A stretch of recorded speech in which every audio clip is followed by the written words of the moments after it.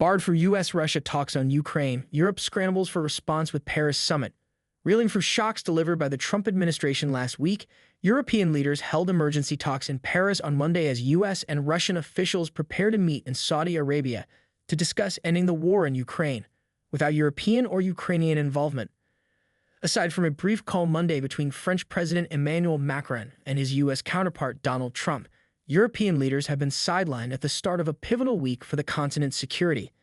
Instead, the focus will be on U.S.-Russia talks in Riyadh, where Secretary of State Marco Rubio will sit down on Tuesday with Russian Foreign Minister Sergei Lavrov, who said the discussion will aim to end the abnormal period in relations between the two great powers.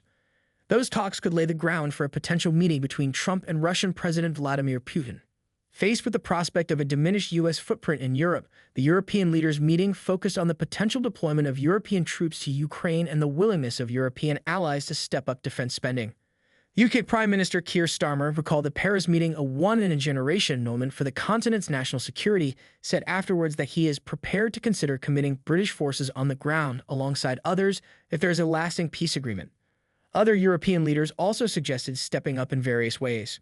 NATO Secretary Mark Rutte told CNN that the Paris talks were a chance for European leaders to strategize on the best possible way to support a peace process, including discussions about many wanting to put troops in Ukraine post a peace deal.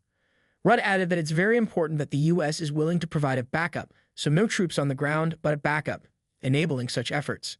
It means Europeans are willing to step up, getting positively engaged, willing to help out in Ukraine post a peace deal, including with troops if necessary, but clearly with an American backup, because you have to make clear that the deterrence is completely in place and that Putin will never try again, Rutte said.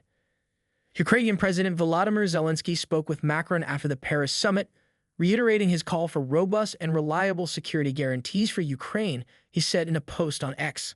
Unraveling unity.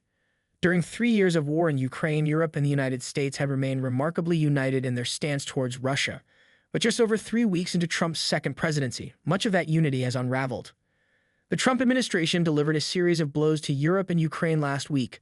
First, Defense Secretary Pete Hegseth said that NATO membership for Ukraine was not a realistic outcome of a negotiated settlement, and that European security was no longer a priority for the U.S. Then Trump held a long phone call with Putin, effectively ending the Western policy of nothing about Ukraine without Ukraine. Then Vice President J.D. Vance turned on European leaders in a blistering speech at the Munich Security Conference on Friday, lambasting them for alleged crackdowns on free speech. The threat that I worry most about vis-a-vis Europe is not Russia, Vance told a stone-faced audience. What I worry about is the threat from within.